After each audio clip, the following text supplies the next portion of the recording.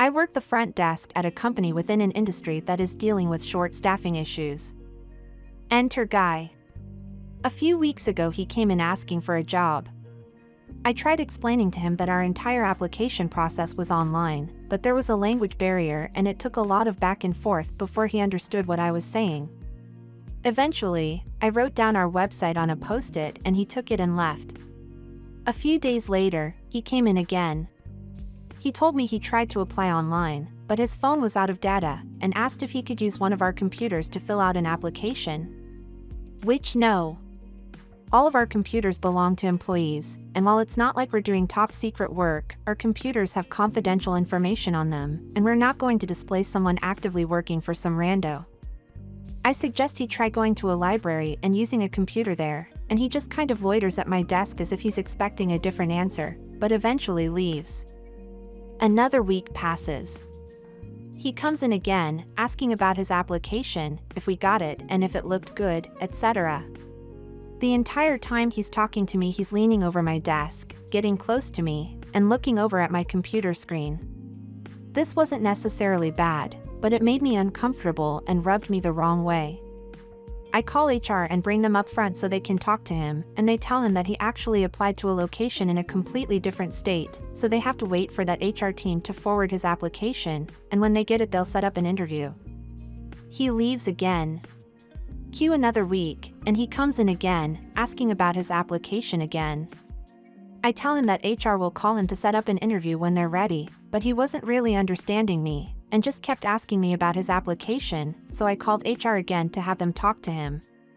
They tell him that they don't start conducting interviews until after they take down the posting, and they'll be in touch soon. Me and our HR intern are work friends, so when he leaves I roll my eyes at her, and she asks what's up. I point out that this guy would have an extremely tough time working here. He barely understands basic instructions because clear communication is vital to the position he's applying for.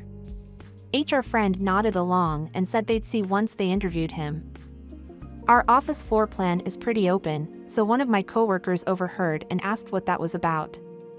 I told them about all of my previous run-ins with Guy, and they told me it was pretty clear he was desperate for work and it was fricked up I suggested we not hire him. Am I the a-hole? In my opinion, not the a-hole. Unfortunately, jobs don't hire due to someone's need for it, but rather how suited they are for the role. Now the comments. First, Jeepin says, not the a-hole. Assuming you're not embellishing this at all, how someone conducts themselves while job seeking is just as telling, if not more, than the interview itself. You already noted how he can't communicate or listen well, you passed that on to HR. How desperate they are for a job doesn't matter, it doesn't mean they can do the job, and being abrasive is something he may artificially cover up in an interview.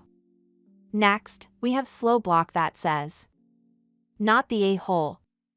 Just because he's desperate for work doesn't mean he's a good fit for your office. Maybe you shouldn't have said that in the office, but surely there are other jobs that will suit him better. Last but not least, Darrow says, I think not the a-hole as many jobs do need workers to be able to understand clearly instructions. The only issue I can see with your behavior is that it isn't your job to hire or not hire him, so maybe talking about your opinion out loud at work wasn't a great idea.